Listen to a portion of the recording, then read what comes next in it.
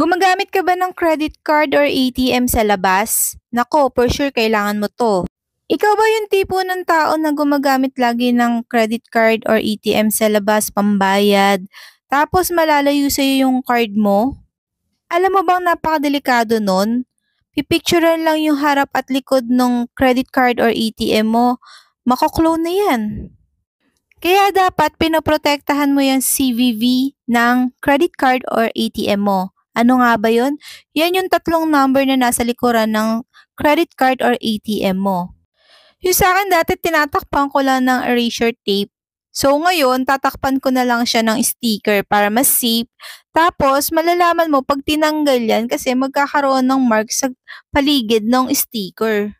So kung gusto mo rin ng safe yung card mo, check mo na lang yung yellow basket or comment section ko. Bye-bye!